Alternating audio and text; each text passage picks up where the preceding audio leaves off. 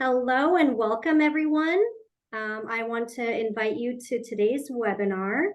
And today we have Dr. Garrett here. LeRoy unfortunately fell ill today. He is okay, but I just wanted to let you know that we will have a full hour with Dr. Helen Garrett today.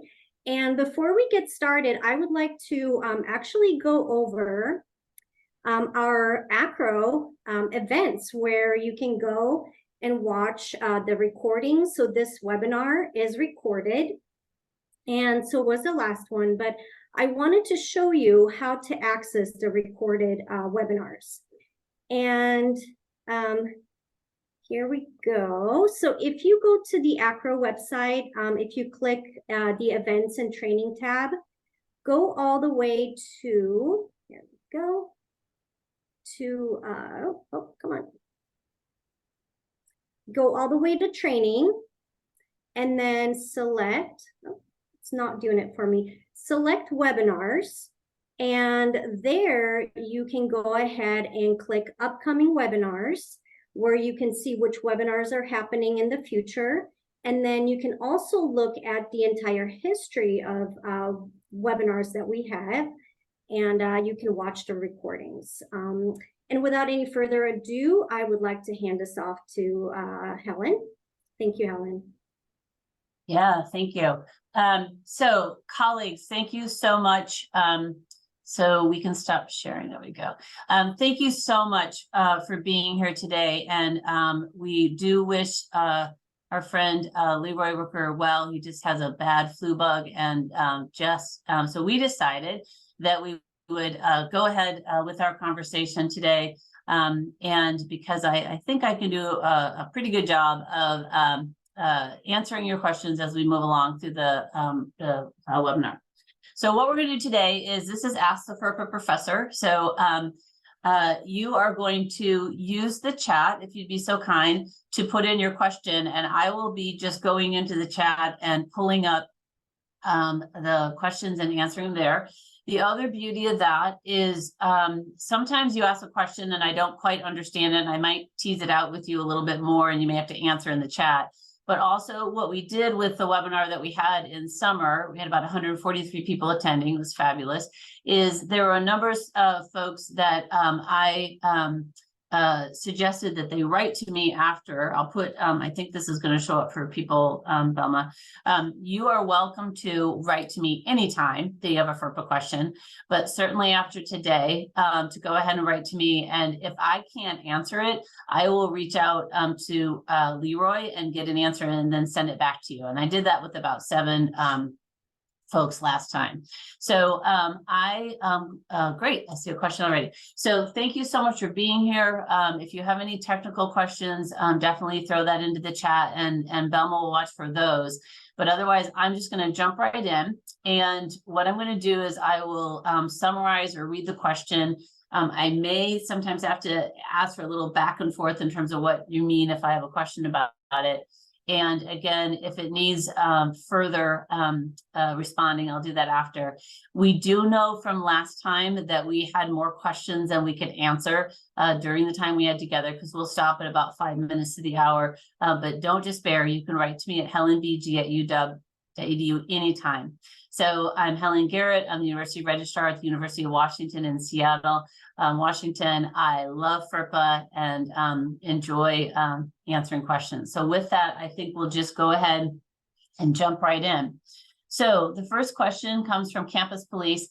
Funny story, when I first became a registrar back in 2000, my very first question at the microphone to ask LeRoy, and I was shaking, I was so nervous because I thought I didn't know what I was doing, was exactly a question about our, at our community college, about our campus police, because they were interpreting FERPA very differently than I was. So I'll look forward to seeing this.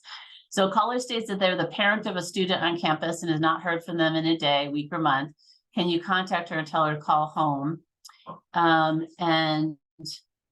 Okay, so these are 3 different incidents. So a caller states there's a family emergency and need to get in touch with their student as soon as possible.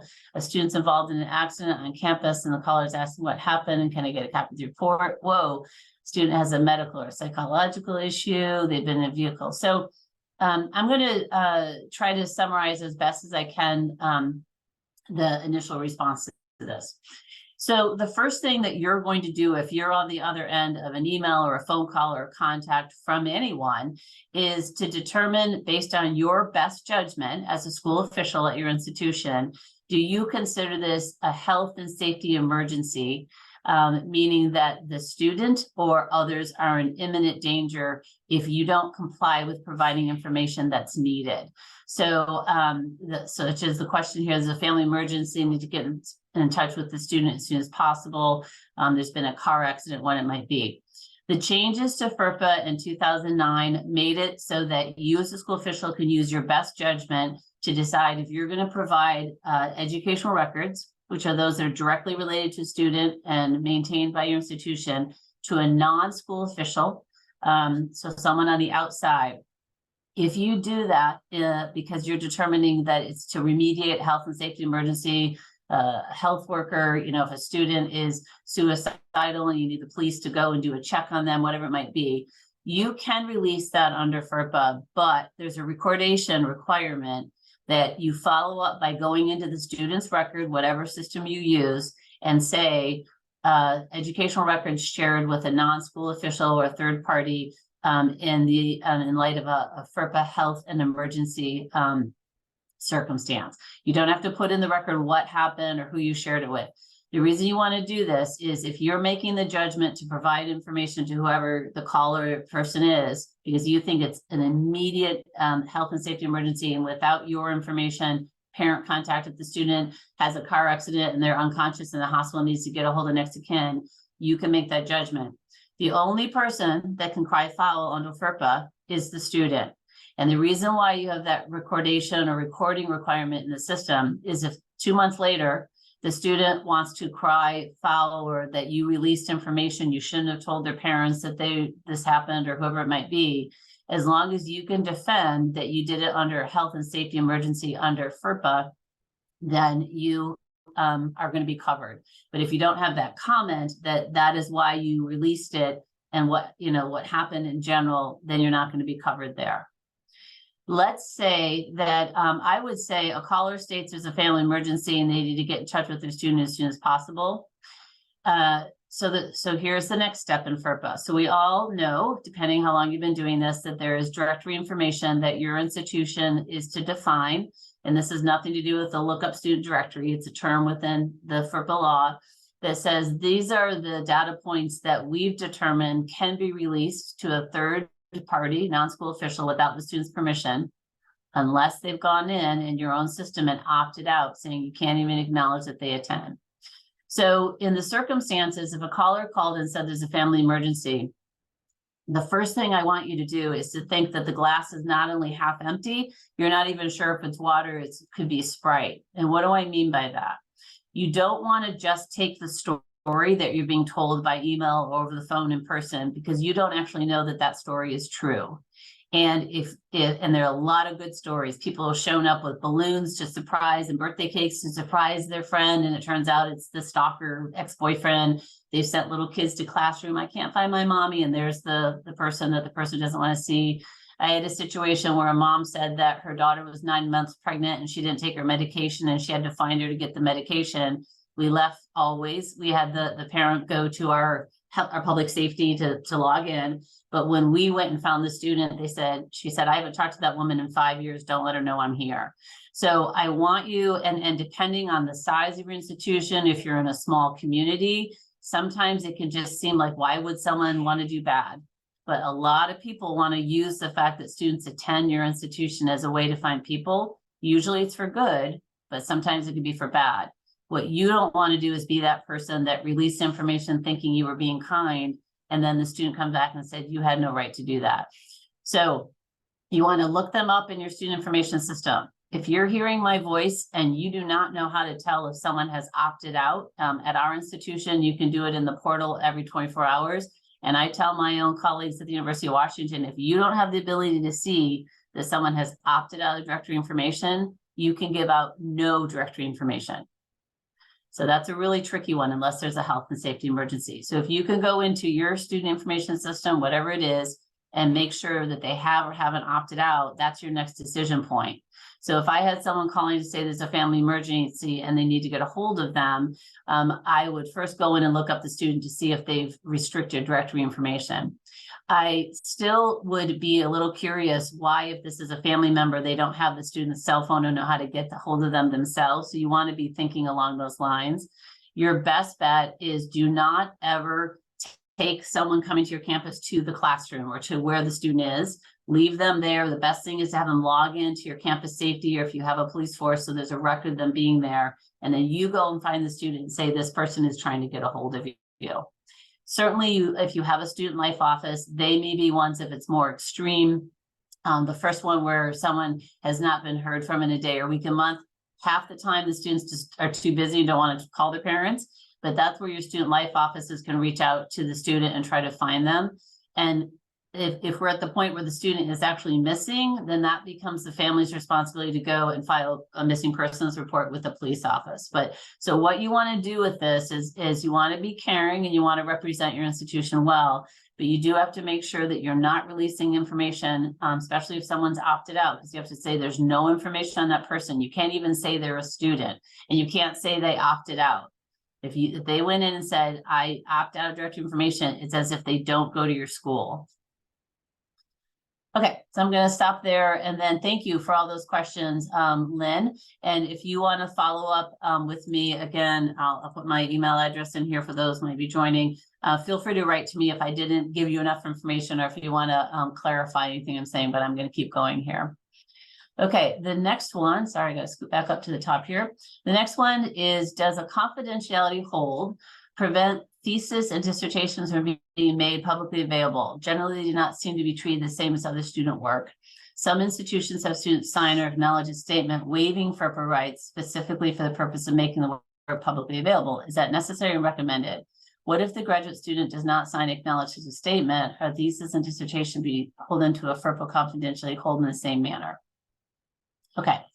So this is a question, when you say confidentiality hold, some of us use the word opt out. You've heard me say that. So different schools call it different things. But I'm going to assume by confidentiality hold, it means that someone has used their rights under FERPA to opt out of directory information being released, as I just talked about. A thesis and a dissertation is 100% an educational record.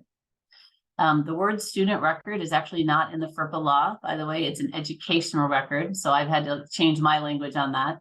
And an educational record is anything directly related to a student and maintained by the institution. So certainly a thesis and a dissertation would be.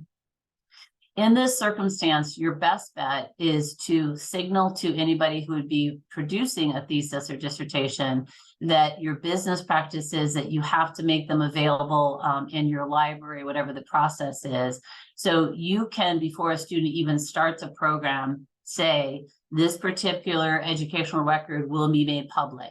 Another example is if someone's in the marching band or someone's doing a dance performance, you might say, before you even take this class or participate in this activity, your work is going to be made public. So if you don't want it to be public, don't come here, don't do this activity. So what I would say is absolutely you have to have written permission from students at some point in the process to be able to make these public. I often advise people build into the DNA of the entire life cycle of a student those releases. So when you're advertising a program, say as nursing students, you're going to be required to wear a badge that shows your student name and number. When you admit them, tell them again. And when they put their money down to confirm that they're coming, tell them again. And that way they know if you're going to participate in this program, we're going to put a picture of the entering class up on the wall in the hallway, or we're going to do this, that you're not having to then onesie, twosie, yes, I can do it for them or not for somebody else. So in this circumstance, you could create a process where they, it's not really waiving their FERPA rights. I want to be careful. It's they're giving permission to release something that's not directory information. Usually someone's thesis or dissertation is not included. It could be, but in someone's directory information, but they're actually providing a statement that says that I'm giving permission to for this to be made public. Okay.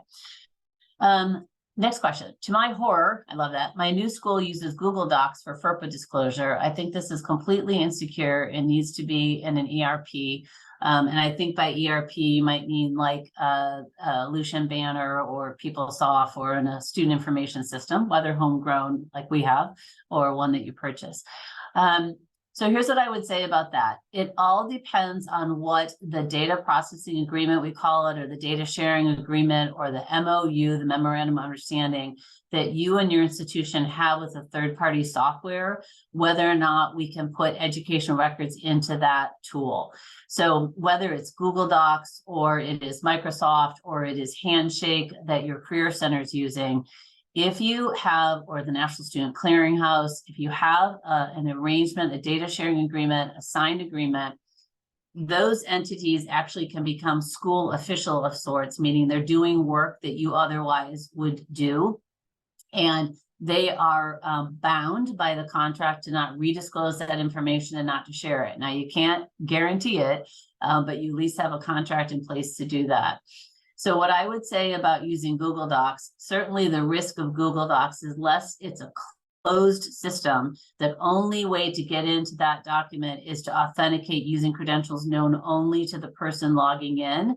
I can see where that might be a little risky, because what you want to make sure is you're not using a third-party software that the casual person, that anybody with a, we call it a net ID at the University of Washington, anyone could get into, because you wouldn't want to have them see any educational record in there. It's really important that I say from the outset, if you haven't heard me say this before, you do not want to be sharing any educational records over email. I become very unpopular when I say that. Technically, can you do that if you can be assured that it's a closed system and you're not taking any risk that it's going to go to a family member who has a shared access, that if you feel like you can defend if a student said, you sent my grades over email, or you sent that I was in probation, or you sent a copy of my dissertation, if you can defend to the student that only the sender and only the recipient, which is the student, had access, then you're going to be okay. But the super danger of email is that it's really easy. Yesterday I did it myself. I sent it to the wrong errand, and it meant to be a different errand. It's just a flip of the switch. You can accidentally send something on. So you don't want to put any educational records in an email. So when you talk about something like Google Docs or Teams or whatever it might be, you want to make sure anytime you're trying to get an educational record from one school official to another, or even from a school official to the student, that you put it behind a shared drive, which the receiver is given access, and only they can use with their unique credentials that are known only to them, including a password. So Kristen, it's a great question that you raised, and I think that I'd want to know a little bit more about, you know, the FERPA disclosure. So if somehow you are having people come into Google Docs to fill out a form to be able to block, to opt out, as we call it, or to not do that, you'd want to make sure that there's no chance that the mom or the dad could get in to do that. If a student were to share with anyone else their personal credentials to get into university or college institutional systems, shame on them, and it's on them if they shared it. As soon as I find out, I change their password, make them change their password. So it's a good caution. Google Docs is so slippery though, because it is something that's used for a lot of different systems. We consider our Google Docs instance at the University of Washington, as well as our Microsoft Teams, to be FERPA compliant, meaning we have an arrangement, we have an agreement with them. If there's been a breach, we have a way to remediate it. We do not consider Slack that we use for communication, because we don't have an agreement with them, so we can't put any educational records in there. So I'm going to stop there, and if you want to follow up, Kristen, with me with any other questions on that, I'm glad to answer. Question from our faculty. Even if we have a FERPA release on file, must the faculty speak to a parent if they call? Yay, faculty members, for asking that question. The only time and the only person to whom you must give and share educational records is to the student. You may share it with the school official with a legitimate educational interest and a need to know, not they're curious, and not if it has nothing to do with their job. But you as the person holding on to the educational record, if there's a breach or there's a complaint by the student to your institution or the Department of Education, they're going to come back to whoever released it to find out, why did you think that you could share this information otherwise? I coach our faculty, and this is my 6th institution for which I've been doing FERPA training. I say you never have to share anything with a parent or someone else. I do ask them to look at each individual situation. I counsel people to never be in conversation about education records without the student there, whether it's a Zoom or in person. The phone is the worst because you don't really know who's there. Zoom could be a little sketchy because of the background. So does the faculty have to talk to a parent? They do not. And they certainly don't have to share education records. The other thing about this is the student, in a secure way that we know it's a student and not the parent behaving as a student, can give permission. And sometimes it's important for them to have a support person there. They could be somebody that has disability resources services and they might need an interpreter. So if they give permission for someone else to participate in a conversation or sharing a record, as long as you have that written release from the student, if you're actually sharing a record, or if it's in a one-on-one or some kind of verbal communication mode, that's okay. What is not okay is, say that you're doing a Zoom, I've done this all the time, a difficult conversation with a student, and that they're asking about maybe they're on probation or they've been dropped because of low scholarship or whatever it might be. They may have a parent there and they've given permission. If 20 minutes later, the mom wants to contact me and follow up, new release required. So you don't get to, once you've had that permission just for the rest of time, extend it. So with each new situation, you would have to have yet again the written permission that you can hold on to from the student that they gave permission for someone else to be there. But in the world of releasing information, it's a may, not a must, unless it's a student, or there are certain conditions that you may know in terms of subpoenas or legal actions where you actually do have to comply with providing information. But in this situation, never does a faculty member. What I like to say to my faculty members is, you know what, why don't you go teach physics and let me take on the parent? And they pass the parent over to me, and I look up the student right away to make sure they haven't opted out, because it's super important that if the student's opted out and they don't want anything released, I can't even talk to the parent unless I have that permission. But I just say, you know what, in this circumstance, it's always gonna be better for the student to just be working, and it's a part of we consider what we do for a living, registrar folks, to be just as much a part of their education as physics instructors or professors, because they're learning about barriers and overcoming barriers and accessing systems. So, okay, should we have a student complete a release of information when they bring family support students to meetings where there'll be discussions about the record? Is verbal okay if the student is present? Should we make a note on the student record? Okay, excellent question. It's up to you and whatever your comfort level might be. I think that when it's a situation in person or in Zoom in particular where a support person is there, I directly ask the student, are you okay with them being here? We, in my 6 institutions, have not made a note in the system, but you could. But there's not a requirement in the FERPA law that in that circumstance you do. I think what you want to do is follow your own judgment. We've all been in situations where the student really doesn't want the parents there, but the parents are forcing themselves there. So if I sense after the interaction that maybe something was going on there that seemed a little off, I might make a note like, student gave permission for us to talk in front of parents, because I've had students come back and say, I never said you could say that. Well, you said that we could sit here. The other thing that's interesting is a verbal record is not an educational record unless you've hit record on Zoom or you've hit record on your phone. So, because there's no record, right? So a lot of times we want to be there, you get more into privacy about who else can hear what's going on, but an educational record is directly related to the student, which that verbal record would be, but maintained by the institution. So that's one thing to think about. That's why you don't really have to record this if it's just stuff that you're talking about. Okay. What are the FERPA regulations regarding students pulling up their approved photo ID on their phones instead of having the actual ID before giving students an item to pick up? That's fascinating. If you were coming to one of my FERPA presentations, you would get to see a picture of me when I was 10 in 1974, when this law was created. And they would not have any clue what these words even say in this question back in 1974. And what I mean by that is, There's nothing in the FERPA law that's related to technology, which is kind of a gift because technology changes. So there's certainly nothing in the FERPA law about you can't use a phone versus the real ID, because they wouldn't even know what that was back in 1974.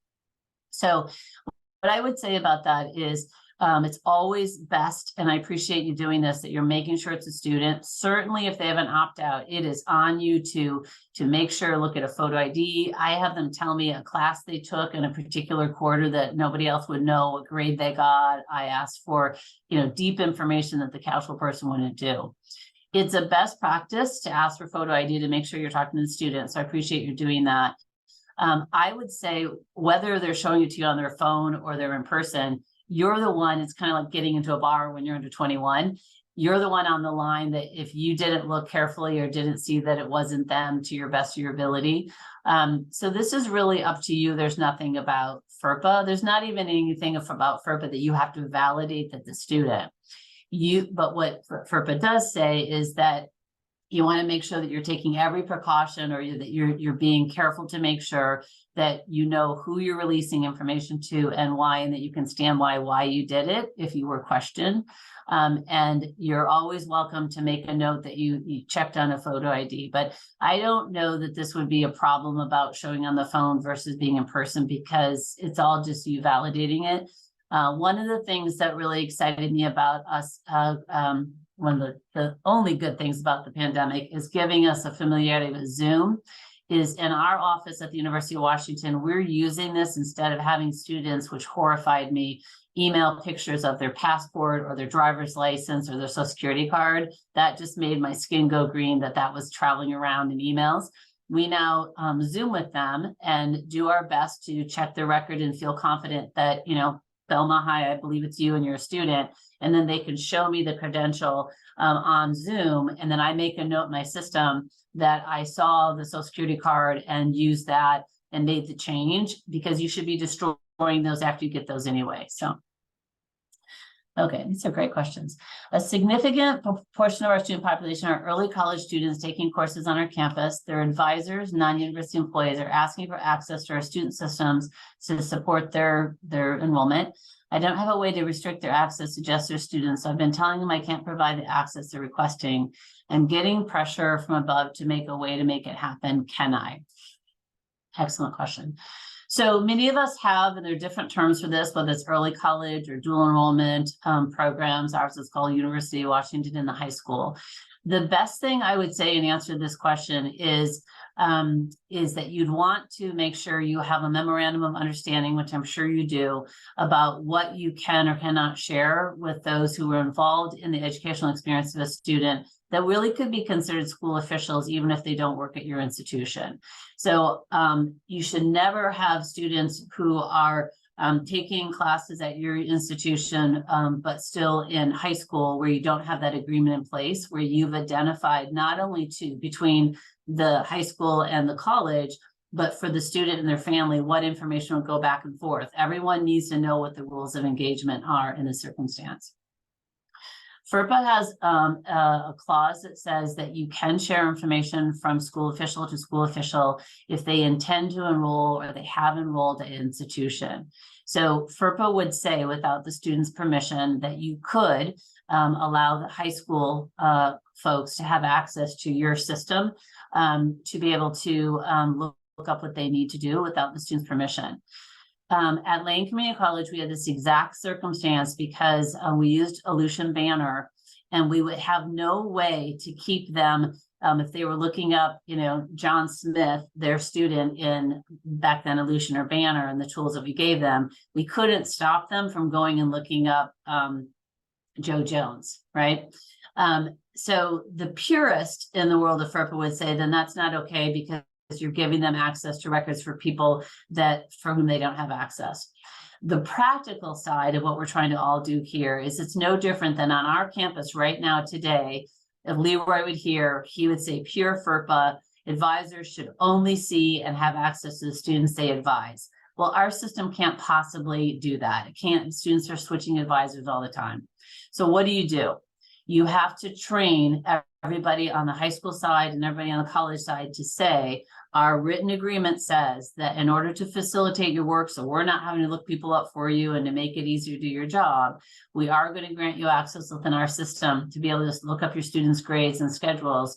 But our agreement is, if you violate this and look up, your family member or someone else, whatever, and we find out, then we're going to have to come back and remove your access and have a conversation about that. So in pure FERPA, if we're just looking at it, it would not be okay with this unless you could restrict it to only the students that they need to see to do their job. But that's not the reality of how the word works. So I would suggest very carefully seeing if you can have a written agreement that you let them in, and that the understanding is that they are bound to only look at the students that they need to see. Once we did this, it lightened our load so much at Lane Community College because we weren't having to turn around and provide this information, but we made sure that that agreement was in place, and we told the parents and the students, because remember, the high school records are under the parents until the student enrolls in college, and then those records are in students or the student turns 18. So we just made sure everyone knew we're going to give access to make it easier on everyone, but they're only supposed to look at their own people. So Lee, feel free to follow up with me if you want to get some more nuances there. So just doing a time check. I hope the pacing's okay. We're about halfway through. I have no idea how many questions are ahead. I'm just going through. But again, if for some reason we don't get to your question today, or you need more information, promise me that you'll reach out to me and I will either answer it, or if I need help from LeRoy, I'll reach out to him on that one. Okay, I gotta scoot back up to where I was. Okay, oops. All right, any information you can share on the proposed amendments? If I click on this, am I going to break the webinar or anything?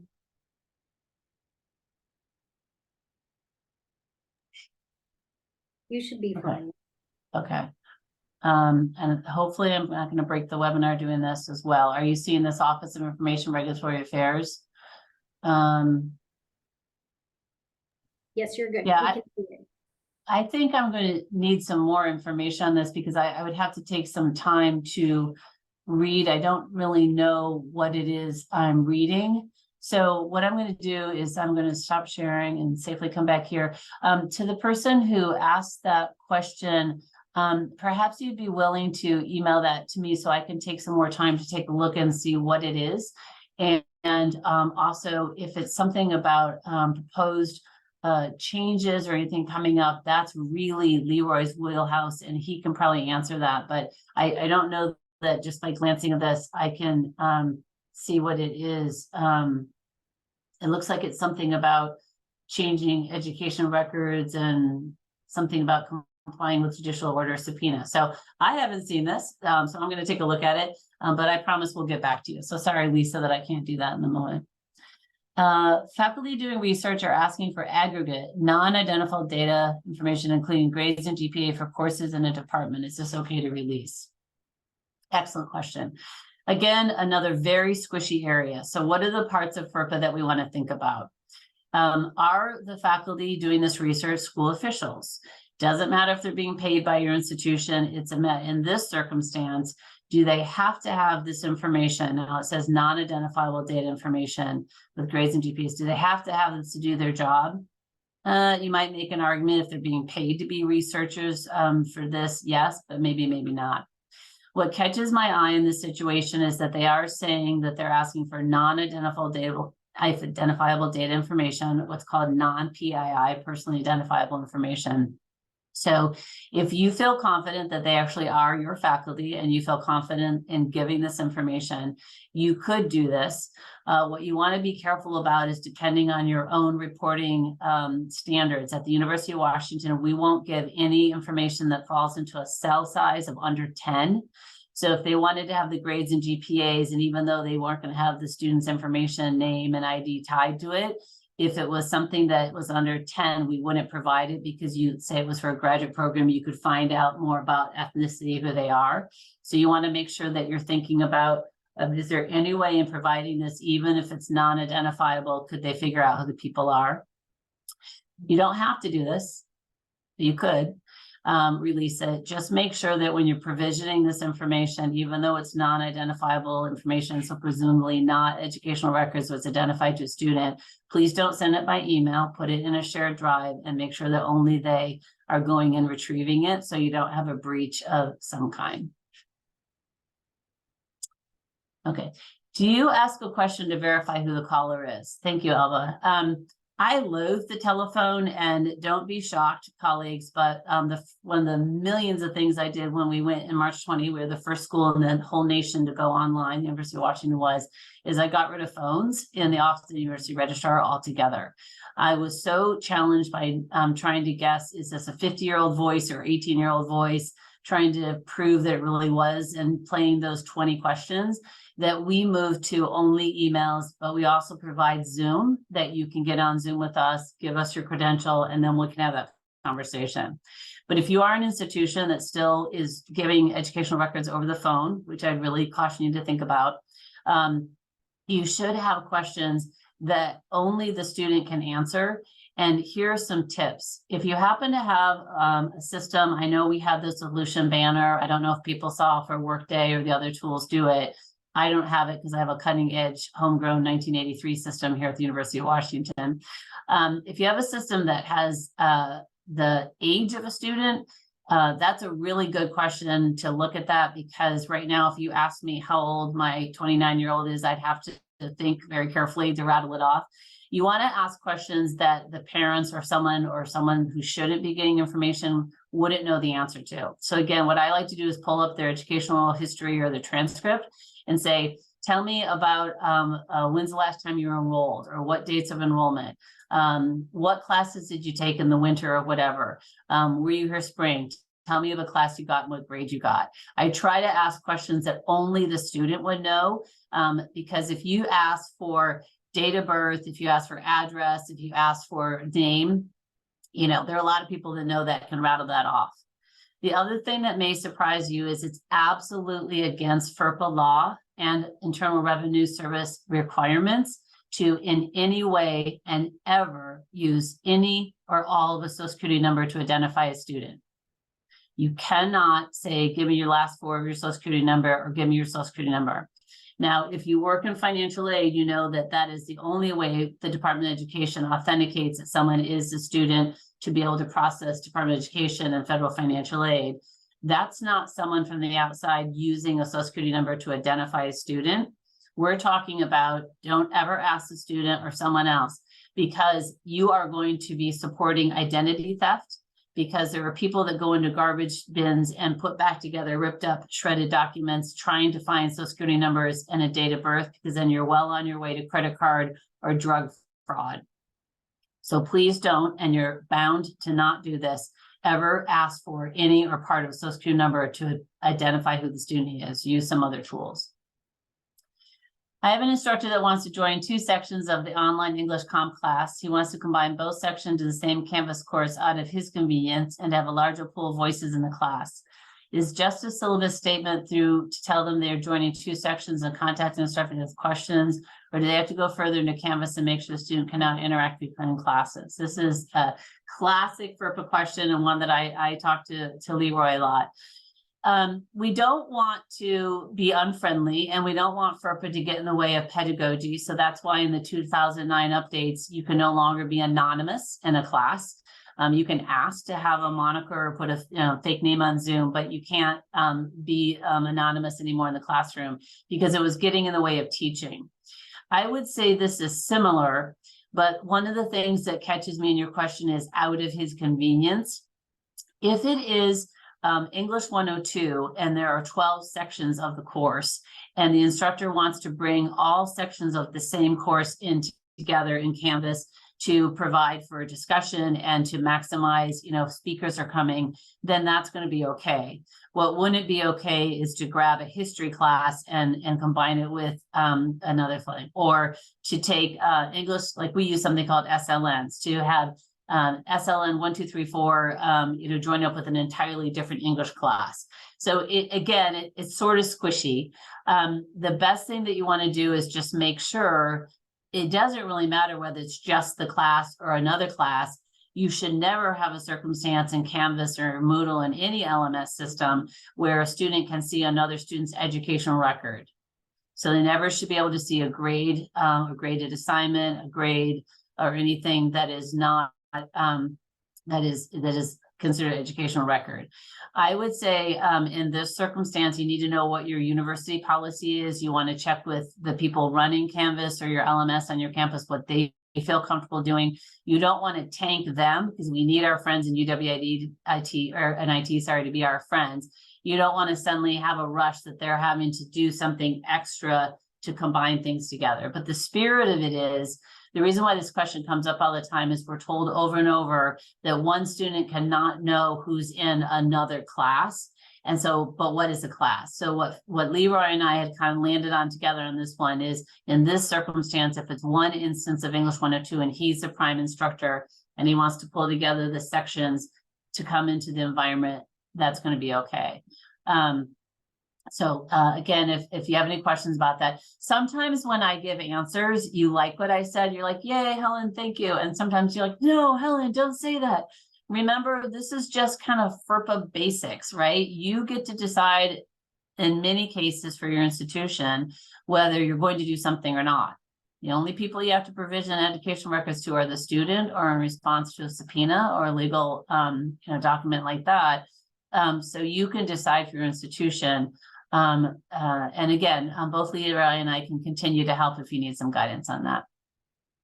If the student has completed a FERPA release, let's say a parent, do you ask questions to verify that is indeed the parent on the telephone? Absolutely. So if the student has, if you have a process, we certainly don't at the UW, and I hope we never do, where a student can give permission for a parent to see their education records. We let them do that to see their financial records and their bill. We let them to see their bill of housing and food services, and we let them do a form for financial aid. But I don't want to be messing with grades and educational records, because the student can get to that themselves and share it with the parent. Just a little sidetrack there. If anyone, and this is why I don't like the phone, because how do you even know that it's really the parent? So you could stop the phone call and jump on Zoom with the parent and have them show an ID to your satisfaction. But you've got to understand, a lot of parents are have different last names. It may not be them. When I was at community college, we had a lot of fathers who were having to pay the bill for their divorce agreement for the student, but the parents weren't being forthcoming whether the student was really enrolled. So we were getting caught in family drama there. So to answer your question, there's nothing in the law that says anything about this, but it is your responsibility before sharing. Certainly porting a physical document, written or otherwise, but even verbally, you're on the hook to be sure that it is indeed who you think it is. The way that we did this at Lane, we don't have the technical ability, which is kind of funny at UW to do this, that I really liked, is that the student had a mechanism by which to give a password. It could be Buffy, the family dog. And when the parent called, we had to say, what is the password? And they had to give us exactly what the student gave in their process, that only the student could go in and say, I give permission for anybody who calls or anybody who tries to get access to my records. If they can answer this password, then you're okay to do that, because then we have proof of that. So that's another mechanism to get around that. Can a college student whose parent is prohibited from receiving information as part of a divorce decree, this is interesting, I just said this, or some other ruling, still share their educational records with that parent by completing a release information? Can a college student whose parent is prohibited? So I think your question is, can the student share an educational record by completing a release of information? Let me think about that. Anything that a student shares, by the way, of their own educational records is not subject to FERPA, because they don't, they're not a school official and they don't work for the institution. So whether they want to talk about something publicly or they want to take their transcript, whatever, and give it to someone else, that they're on their own. If they gave it to the wrong person and they shouldn't have done that, that's not our business, because the student is not subject to FERPA, the institution is. So what I would say is, depending on what your release of information is, unless you have a mechanism in that form that says, are you not allowed to have this information or do not share it? If the student has completed your release information, and depending on how you set it up, and has said, you may provide a copy of my transcript or verify my enrollment, whatever, with person X, if they've put that in writing, then that's on them. So this is where I caution you to not get involved in what I call family drama. I like to only give things to the students. When a student writes to me and copies 12 people, I am not going to write to any of those people. I just write back to the student, even if they copied everybody and said, here you can log into the shared drive and I've provided the information that you're seeking. If you want to share with anyone, fine, but I'm not going to give it to these people. You have to be really careful that you don't get caught up. And the other thing I like to say when I'm doing FERPA training is when students are first enrolling or everything is joy and balloons and they've got a great relationship with their boyfriend or love is in the air and everything is great and they've shared their personal passwords and the boyfriend knows everything and then things go off track. If they did that, that's on them. And again, that's where I try to have my colleagues and my team stay as far away from family drama. And the way I do that is I don't communicate anything to anyone else. Unless I have written permission from the parent, the student, but I'm not going to screen who this person is. If a student signs a release of information for a future employer, is it required that the faculty member record anywhere in the academic record that they wrote a letter recommendation, they did a phone reference, or is that documentation that the student released enough? There's actually nothing, believe it or not, in the FERPA law about records retention.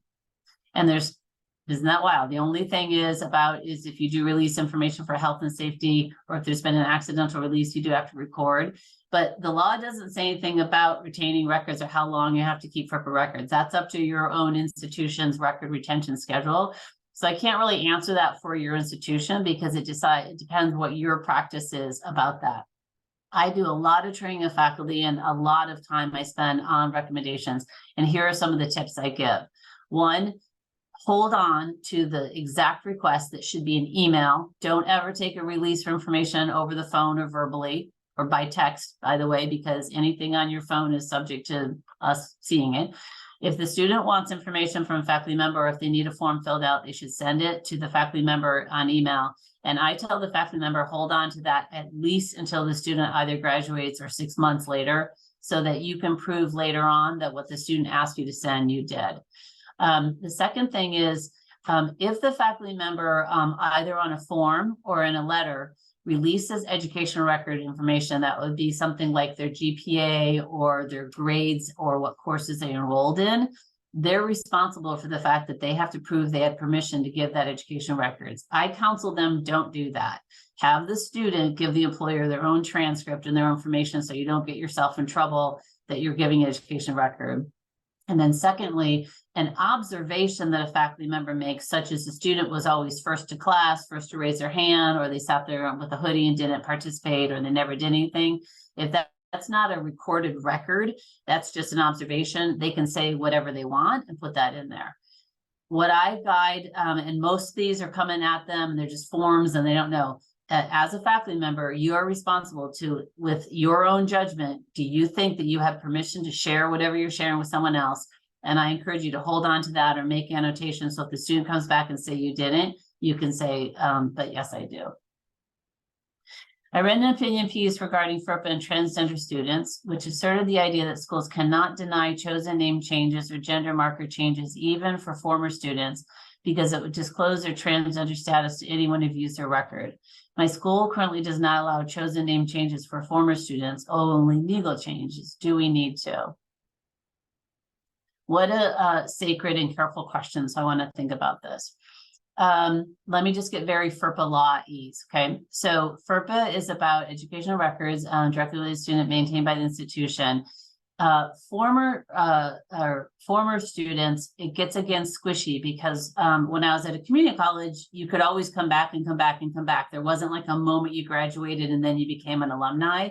So it's a little bit harder if you're in an institution that doesn't have that fine moment where you've completed your degree.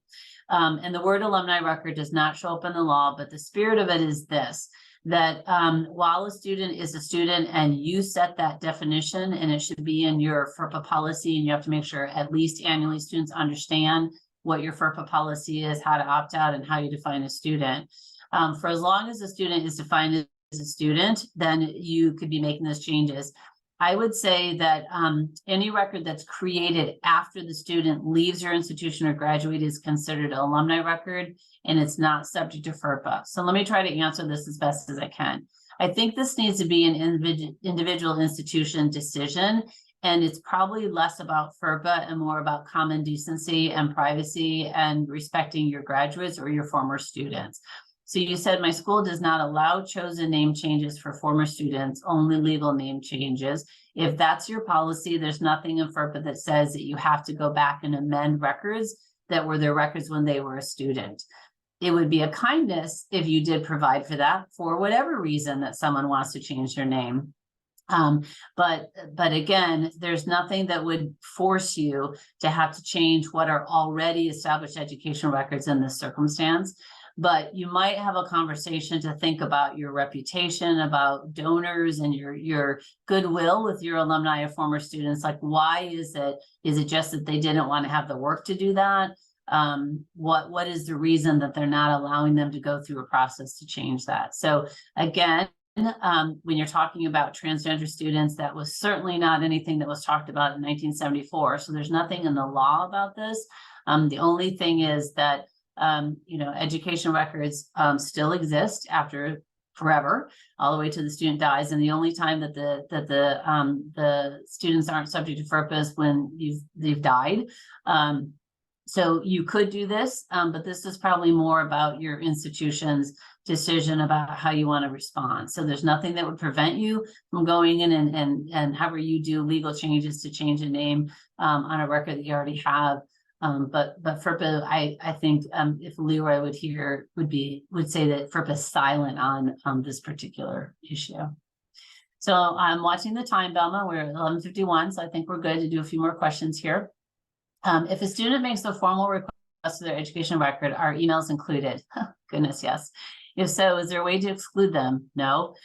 We have a student who wants to have all emails sent about them by faculty, supervisors, administrators. Boy, do we love those requests where they write to us and say, give me all my records. Yeah, nice try. That's called phishing, and we don't have to do that because how are we even supposed to do that? So I know as grand as an institution we are with 65,000 students, that when Christine in my office gets this request, she writes back and says, no, you need to tell me what records. Now, even if they said, give me all the emails, there's no way I have to give all emails. If they said, I want to have all emails between Professor Jones and myself, yes, you have to go after and get that. Very important that you guide the person to whom you're writing that it is against FERPA law that once the request has been made for a student to have access to the educational records, it is against the FERPA law for those records to be destroyed. So what you would do in that circumstance is get as specific information as possible, what time period, exactly what professor, you can say what class, whatever it is. Once they have made that request, you have 45 days to fulfill it. So you don't have to rush to make that happen. And you don't want to send what you collect over email. You want to put in a shared drive. But what you'd want to do is write to the person that they're asking and say, this person has asked for all emails between the two of you. Keep in mind, it's against the law to destroy anything from this point forward, and you must provision them, and we have to provide them to the student within 45 minutes. That being said, this is why emails are so dangerous under FERPA and why we are doing ourselves no favors to not be paying attention to our retention schedules and purging emails. Again, when everything is lovely, enjoying the moons, it's lovely, but when it's bad, it's bad. On any given FERPA request, when Christine is collecting what students are looking for, we usually get back 300 records on average. That means she has to go through and make sure that no other students are mentioned, and she has to redact anything out. So it really behooves you, whether you're a small institution or a large institution, to partner with your faculty and your staff to purge their emails before they're asked for, depending on your school's retention policy and schedule, because this is where we get ourselves in trouble, that we keep everything forever. And they have to go into their email, whether it's their personal email, if they're using that to talk to students, doesn't matter, or work, and look for that student's name and produce that record for everybody. Okay, I think I'm going to take one more question and then we'll give some time to wrap up here. So, and I know that there are more questions. And so you have my email address, helenbg@uw. If I didn't get your question, my apologies. feel free to email it to me. And if it's something that I think would benefit by that extra look at for LeRoy, I'll get it to him. So last question. I work at a private prep high school. Some of our students are 18 and 19 years old. If a parent of those students requests a transcript, can we send the transcript to the parent? Do we need permission from the student? Should we have the student sign a disclosure form? Very, very important. With K-12 records, secondary, not post-secondary records, FERPA rights belong to the parents until one of two things happen. They turn 18, or the record that you're talking about is because they've matriculated at a post-secondary institution of higher education. So you're talking about being at a high school. The moment your students turn 18 or 19, you cannot share them with the parents without the student's specific permission. It would be a violation of FERPA to do.